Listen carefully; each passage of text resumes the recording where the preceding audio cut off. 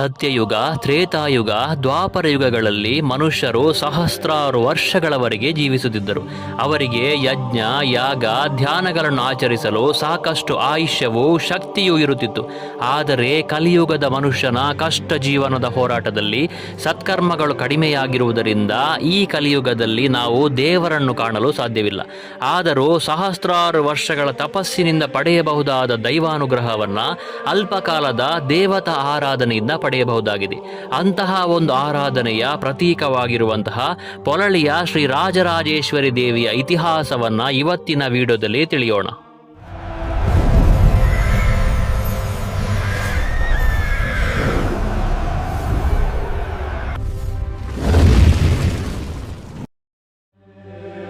ನೀವು ಪೊಳಲಿಯ ಶ್ರೀ ರಾಜರಾಜೇಶ್ವರಿ ದೇವಿಯ ದರ್ಶನವನ್ನ ಖಂಡಿತವಾಗಿಯೂ ಪಡೆದಿರುತ್ತೀರಿ.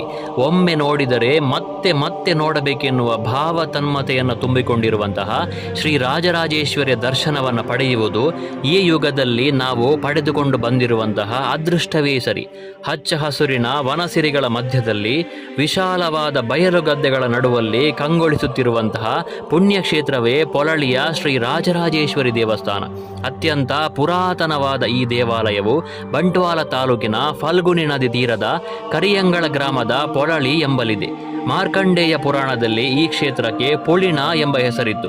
ಪುಳಿಣ ಎಂದರೆ ಮೊದಲು ನೀರು ತುಂಬಿದ್ದು ನಂತರ ಆ ನೀರು ಇಂಗಿ ಹೋದ ಪ್ರದೇಶಕ್ಕೆ ಇರುವಂತಹ ಹೆಸರಾಗಿದೆ. ಈ ಹೆಸರಿಗನುಗುಣವಾಗಿ ಈ ಕ್ಷೇತ್ರವು ಬಹಳ ಪ್ರಾಚೀನ ಕಾಲದಿಂದಲೂ ಹೊಳೆಯಿಂದ ಬಿಡಲ್ಪಟ್ಟ ಸ್ಥಳವೆಂಬುದು ಗೋಚರವಾಗುತ್ತದೆ. ಕರಿಯಂಗಳ ಗ್ರಾಮದಲ್ಲಿ ದೊರೆತಂತಹ ಕ್ರಿಸ್ತಶಕ 8ನೇ ಕಾಲದ ಶಾಸನವೊಂದರಲ್ಲಿ ಈ ಕ್ಷೇತ್ರಕ್ಕೆ ಹೊಳಲ್ ಎಂದು ಕರೆಯಲಾಗಿದೆ. ಇದುವೇ ಮುಂದೆ ತುಳುವಲ್ಲಿ ಪೊರಾಲ್ ಅಥವಾ ಪುರಾಲ್ ಎಂದೇ ಜನಜನಿತವಾಗಿದೆ. ಸಾಮಾನ್ಯವಾಗಿ ಬೇರೆ ಕಡೆಗಳಲ್ಲಿ ದೇವಿಯ ವಿಗ್ರಹವನ್ನ ಕಲ್ಲು ಅಥವಾ ಲೋಹಗಳಿಂದ ಮಾಡಿದರೆ ಇಲ್ಲಿ ಮಾತ್ರವೇ ವಿಶಿಷ್ಟವಾಗಿ ಗಿಡಮೂಲಿಕೆಗಳಿಂದ ಪರಿಕರಗೊಂಡ ಮಣ್ಣಿನಿಂದ ತಯಾರಿಸಲ್ಪಟ್ಟಿದೆ. ಈ ಮೂರ್ತಿಯು 9 ಅಡಿಗಳಷ್ಟು ಎತ್ತರವಾಗಿದೆ. ಇಲ್ಲಿ ರಾಜರಾಜೇಶ್ವರಿಯ ಪೂರ್ಣ ರೂಪ ಗರ್ಭಗುಡಿಯ ಮುಂದೆ ನಮಗೆ ನಿಂತಾಗ ಕಾಣಿಸದೆ ಗರ್ಭಗುಡಿ ಎದುರಲ್ಲಿ ವಿನೀತರಾಗಿ ಬಾಗಿದಾಗ ಮಾತ್ರವೇ ಶ್ರೀದೇವಿಯ ಆನಂದಾನುಭೂತಿಯನ್ನು ನೀಡುವ ಸಮಗ್ರ ಮೂರ್ತಿಯ ದರ್ಶನವಾಗುತ್ತದೆ. ಆಗಮ ಶಾಸ್ತ್ರದ ಪ್ರಕಾರ 32 ಲಕ್ಷಣಗಳಿಂದ ಕೂಡಿದ ಈ ಭವ್ಯ ಮೂರ್ತಿಯು ಯಾವ ನಾಸ್ತಿಕನನ್ನಾದರೂ ಆಸ್ತಿಕನನ್ನಾಗಿ ಮಾಡುವಷ್ಟು ಚೈತನ್ಯವುಳ್ಳದ್ದಾಗಿದೆ. ನಾವು ಯಾವ ದಿಕ್ಕಿನಲ್ಲಿ ನಿಂತು ಮೂರ್ತಿಯನ್ನು ನೋಡಿದರೂ ದೇವಿಯು ನಮ್ಮನ್ನೇ ನೋಡಿದಂತೆ ನಮಗೆ ಭಾಸವಾಗುತ್ತದೆ.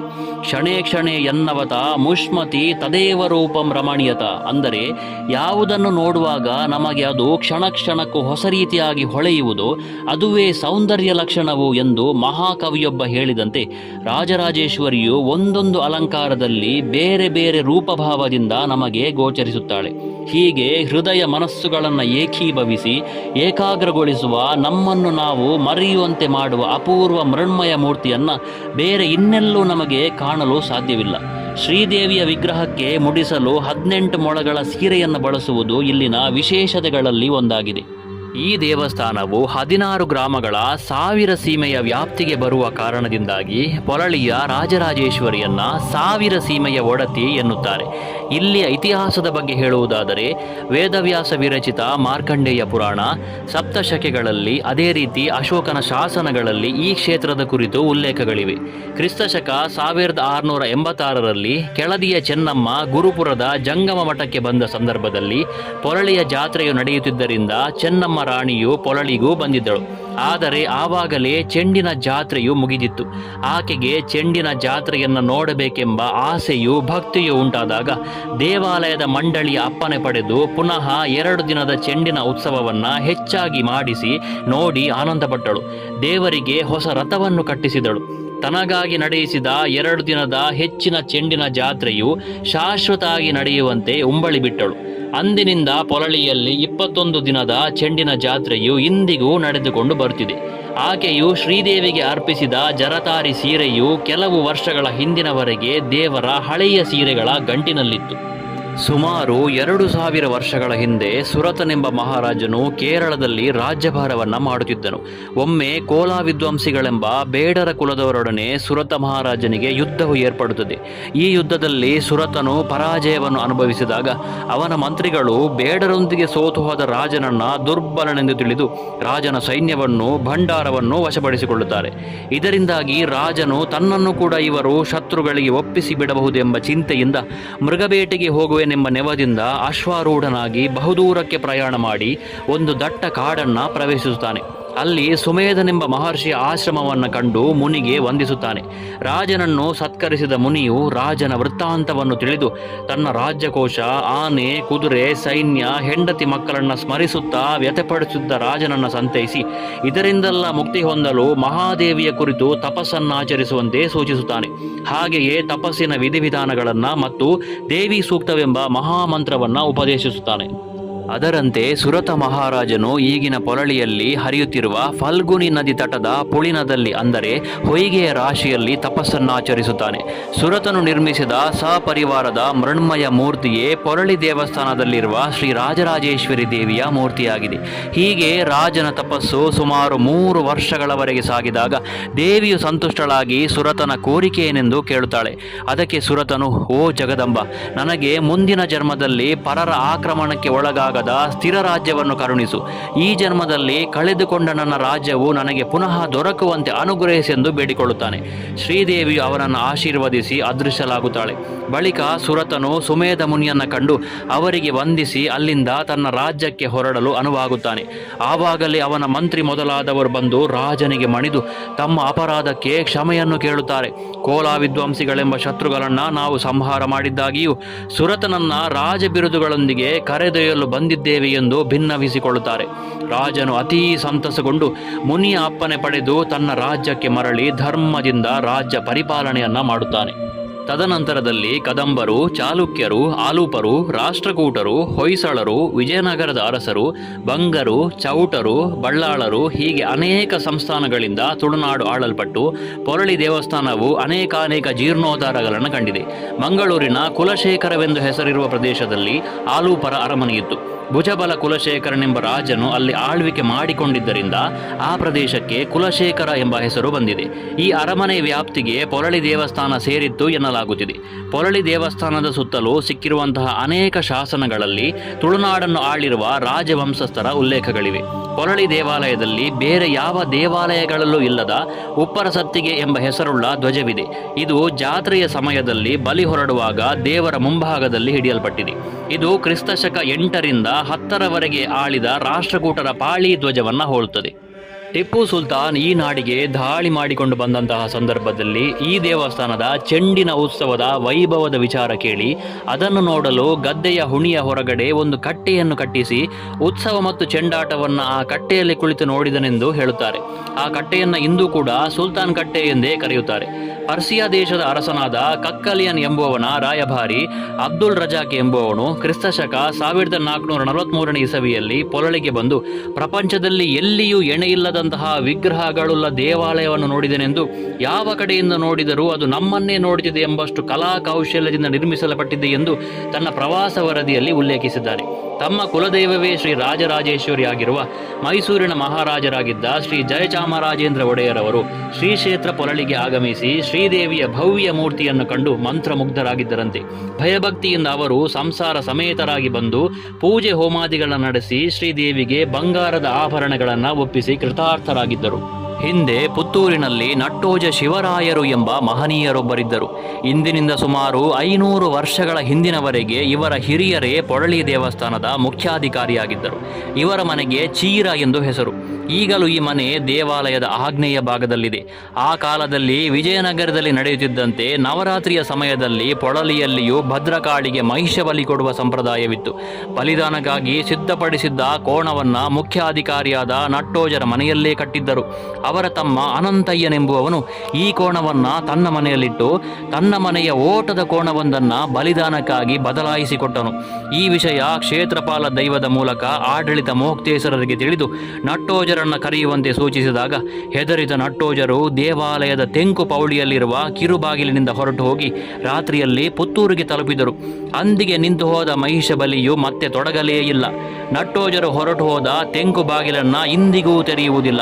ಮಾತ್ರವಲ್ಲ, ಕಲ್ಲು ಇಟ್ಟು ಬಾಗಿಲನ್ನು ಭದ್ರ ಮಾಡಿರುವುದು ಈಗಲೂ ಪ್ರತ್ಯಕ್ಷವಿದೆ. ಮರುದಿನ ಬೆಳಿಗ್ಗೆ ನೋಡುವಾಗ ಅನಂತಯ್ಯ ತನ್ನ ಮನೆಯಲ್ಲಿ ಮೃತಪಟ್ಟಿದ್ದ. ನಟ್ಟೋಜರ ಮುಂದೆ ಪುತ್ತೂರಿನಲ್ಲಿ ಮನೆಯನ್ನು ನಿರ್ಮಿಸಿ ಪೊಲಳಿಗೆ ಬರಲಾರನೆಂಬ ಪ್ರತಿಜ್ಞೆಯಿಂದ ಅಲ್ಲೇ ಉಳಿದು ಬಿಟ್ಟರು. ಮುಂದೆ ಪುತ್ತೂರಿನ ಮಹಾಲಿಂಗೇಶ್ವರ ದೇವಸ್ಥಾನವನ್ನು ನಟ್ಟೋಜರ ವಂಶಸ್ಥರೇ ನಿರ್ಮಿಸಿದರು ಎಂಬ ಐತಿಹ್ಯವಿದೆ.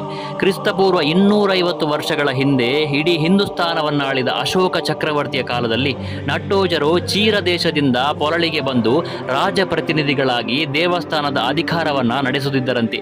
ಚೀರ ಎಂದರೆ ಈಗಿನ ಕೇರಳದ ಮಾಂಡಲಿಕ ರಾಜರು ಅಶೋಕ ರಾಜನ ಕೈ ಕೆಳಗಿದ್ದರು.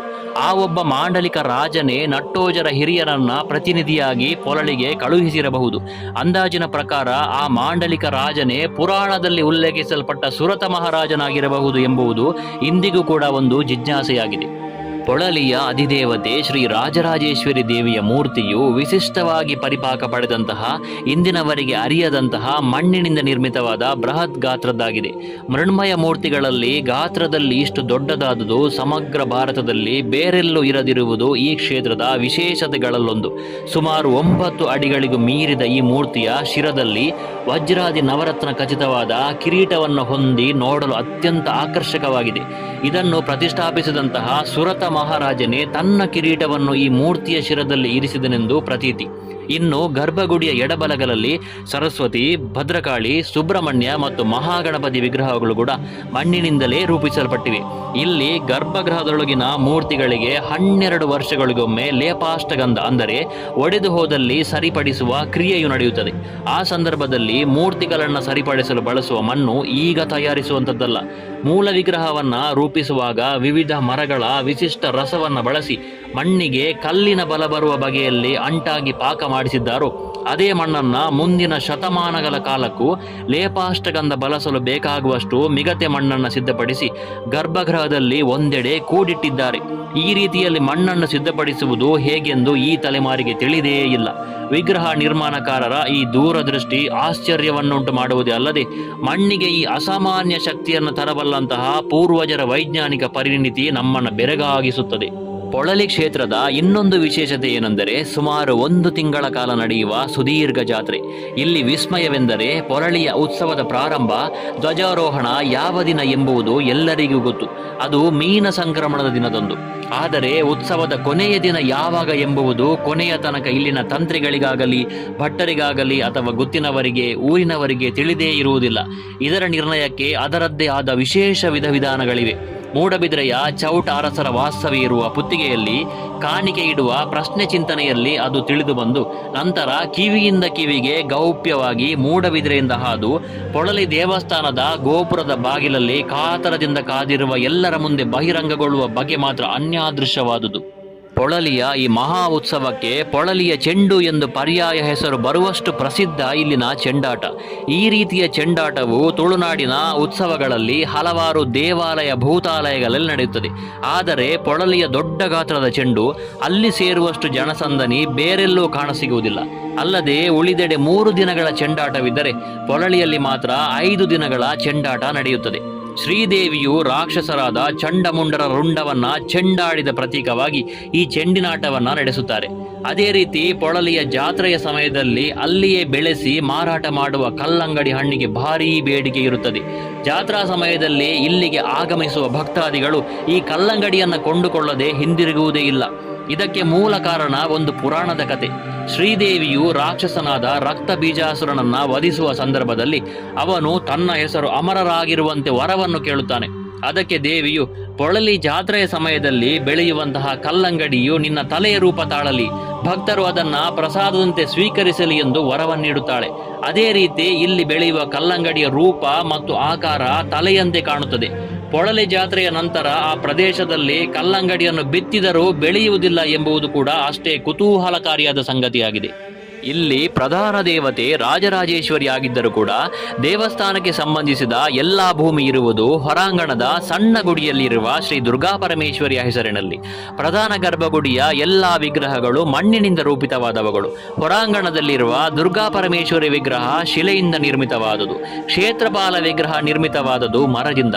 ಸುಬ್ರಹ್ಮಣ್ಯ ಸ್ವಾಮಿಯ ಉತ್ಸವ ಮೂರ್ತಿ ಕಂಚಿನದು.